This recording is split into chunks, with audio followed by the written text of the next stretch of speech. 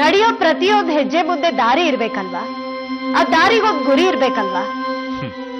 ದಾರಿಲಿ ಎಲ್ರೂ ಹೆಜ್ಜೆ ಇಡ್ತಾರಮ್ಮ, ಆದ್ರೆ ಕೆಲವರು ಮಾತ್ರ ಹೆಜ್ಜೆ ಇಡೋ ಕಡೆ ದಾರಿ ಮಾಡ್ಕೊಂತಾರೆ. ಅದು ನಿನಗಿರೋ ತಾಕತ್ತು.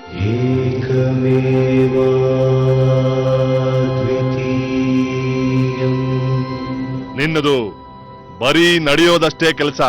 ಯಾರ್ಯಾರನ್ನ ಎಲ್ಲೆಲ್ಲಿ ಸೇರಿಸ್ಬೇಕು ಅಂತ ಆ ಭಗವಂತನಿಗೆ ಗೊತ್ತು. ನಿನಗೆ ಚಿಂತೆ ಬೇಡಮ್ಮ, ಹೊರಡು.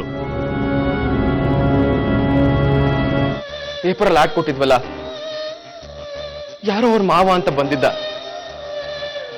ಅವಳನ್ನ ಕರ್ಕೊಂಡು ಹೋದ. ನಾವು ಅವಳನ್ನ ಕರ್ಕೊಂಡು ಹೋಗಿ ಬಿಟ್ಟು ಬರ್ತೀವಿ ಅನ್ನೋದಕ್ಕೂ ಒಪ್ದೆ ಹೊರಟೋದ್ಲು ಕಣ. ಅವಳಿಗೆ ನಾನು ನಿನ್ ಲವರ್ ಅಂತ ನಾನು ಮೊದಲು ಹೇಳಿದ್ ಸುಳ್ಳೆ. ಆದ್ರೆ ನಂತರ ನನ್ನ ಮನಸ್ಸಿನಲ್ಲಿ ಪ್ರೀತಿ ಹುಟ್ಟಿತ್ತು, ನಿಜವಾಗ್ಲೂ ಪ್ರೀತಿ ಹುಟ್ಟಿತ್ತು. ಇವಾಗ ನಾನು ಅವಳು ಇಲ್ಲದೆ ಬದುಕೋಕ್ ಆಗದೆ ಇರೋ ಸ್ಥಿತಿಲಿ ಇದೀನಿ ಕಣೋ. ಆದ್ರೆ ಅವಳೇ ಇಲ್ಲ. ನಾನೇನ್ ಮಾಡ್ಲಿ ಅಣ್ಣ, ನಾನೇನ್ ಮಾಡ್ಲಿ? ಹೇ ರಾಘವ, ಮನ್ಸಾರಿ ಇಷ್ಟಪಡೋರು ಯಾವತ್ತೂ ವಾಪಸ್ ಬಂದೇ ಬರ್ತಾರೆ. ಯೋಚನೆ ಮಾಡಬೇಡ. ಅವಳು ಎಲ್ಲೇ ಇದ್ರು ಅವಳ ಪ್ರೀತಿ ನಿನ್ನ ಹುಡ್ಕೊಂಡ್ ಬರುತ್ತೆ. ಅವಳು ಎಲ್ಲೇ ಇದ್ದು ಚೆನ್ನಾಗಿರ್ತಾಳೆ ಕಣ. ಕಮಾನ್ ಚೇರಪ್, ಬಾ ಊಟ ಮಾಡುವ. ಕಮಾನ್ ಬಾ. ನಾವು ಸ್ವಲ್ಪ ಪೇಷನ್ಸಿಂದ ಹುಡುಕ್ಬೇಕು ಅಷ್ಟೇ. ಅಕಸ್ಮಾತ್ ಅವಳಿಂದ ತಪ್ಪಿಸ್ಕೊಂಡ್ರು ಅಂದ್ರೆ ಕಂಬಿ ಎಣಿಸ್ಬೇಕಾಗತ್ತಷ್ಟೇ. ಅಂತದೇನು ಆಗಲ್ಲ ಕಣೋ, ಸುಮ್ಮನೆ ಬಾರ. ನಿಮ್ಗೆ ಗೊತ್ತಿಲ್ಲ ಕಣೋ, ಈಗಿನ ಕಾಲದಲ್ಲಿ ಈಗ ಕಂಪ್ಲೇಂಟ್ ಅಂದ್ರೆ ಸಾಕು, ವಿಚಾರಣೆನೇ ಇಲ್ಲದೆ ಒಳಗೆ ಹಾಕ್ತಾರೆ. ಜಾಮೀನು ಕೊಡದೆ ಜೀವ ಹಿಡೋ ತನಕ ಸಾಯಿಸ್ತಾರೆ. ಅಣ್ಣ, ಅಂತ ಪರಿಸ್ಥಿತಿ ಏನಾದ್ರು ಬಂತು ಅಂದ್ರೆ ಅವಳನ್ನ ಹುಚ್ಚಿ ಅಂತ ಪ್ರೂವ್ ಮಾಡಿ ಕೇಸ ನಿಲ್ದಾರಂಗ್ ಮಾಡಿದ್ರಾಯ್ತು. ನೋಡು, ಇವಾಗ ಆ ಮಾತೆಲ್ಲ ಬೇಡ. ಅವಳು ಹೇಳಿದ್ದಾರೆ ಅಂತ ಹುಡುಕೋಣ. ನಡೀರಿ.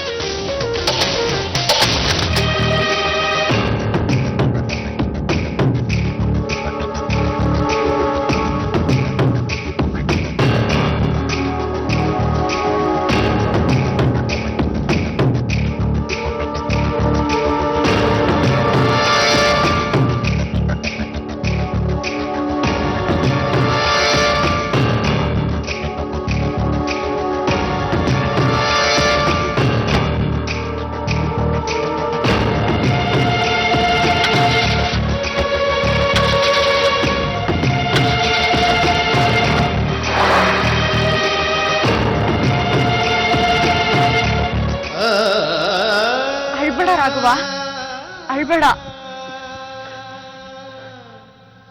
ನಿಜ ಹೇಳ ರೋಹಿಣಿ, ಜೀವನ ಅಂದ್ರೆ ಆ ದೇವರು ಸಂತೋಷ ಪಡಕ್ಕೆ ಕೊಟ್ಟಿರೋ ಅವಕಾಶ ಅಂತ ತಿಳ್ಕೊಂಡು ಬದುಕಿದ ವ್ಯಕ್ತಿ ನಾನು. ಈ ಜೀವನದಲ್ಲಿ ಪ್ರೀತಿ ಬಂದಾಗ ಸಂತೋಷದ ಮನಸ್ಸಿಗೆ ಸ್ವರ್ಗನೇ ಉಡುಗೊರೆ ಕೊಟ್ಟಿದ್ದಾನೆ ಅಂತ ತಿಳ್ಕೊಂಡು ಕುಣಿದಾಡ್ತಿದ್ದೆ. ಆದ್ರೆ ಈಗ ಅವಳಿಲ್ದೆ ಹೇಗ್ ಬದುಕ್ಬೇಕು ಅಂತಾನೆ ಗೊತ್ತಾಗ್ತಿಲ್ಲ ರೋಹಿಣಿ, ಹೇಗ್ ಬದುಕ್ಬೇಕು ಅಂತಾನೆ ಗೊತ್ತಾಗ್ತಿಲ್ಲ. ಹೇಳು, ನಾನು ಹೇಗೆ ಬದುಕಲಿ ಹೇಳು?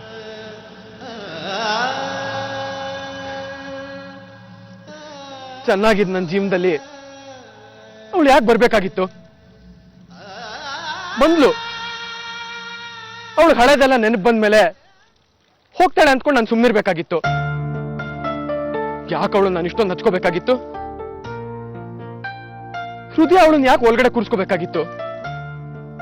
ಬೇಕು ಅಂದಾಗ ಬಾಗ್ಲು ತಕ್ಕೊಂಡ್ ಮನ್ಸು ಕೀರ್ತಿ ಒಳಗಡೆ ಬಂದ್ ಕೂತ ತಕ್ಷಣ ಬಾಗ್ಲು ಹಾಕೊಂಡ್ಬಿಡ್ತು. ಈಗ ಬಾಗ್ಲು ತೆಗಿತಾನೂ ಇಲ್ಲ, ನನ್ನ ಮನ್ಸಿಂದ ಕೀರ್ತಿ ಹೊರಗಡೆ ಹೋಗ್ತಾನೂ ಇಲ್ಲ. ಆದ್ರೆ ಅವಳು ನನ್ನ ಕಣ್ಣೆದುರುಗಡೆ ಇವಾಗಿಲ್ಲ. ಖಂಡಿತ ಅವಳು ಫೋನ್ ಮಾಡ್ತಾಳೆ ಬಿಡು ರಾಘವ. ಹೇಳ್ಬೇಡ ರೋಹಿಣಿ, ನನಗೆ ಅರ್ಥ ಆಗಿದೆ. ನನ್ನ ಪಾಲಿಗೆ ಅವಳಿಲ್ಲ, ಉಳಿದಿರೋದು ಕೇವಲ ಅವಳ ನೆನಪುಗಳಷ್ಟೇ.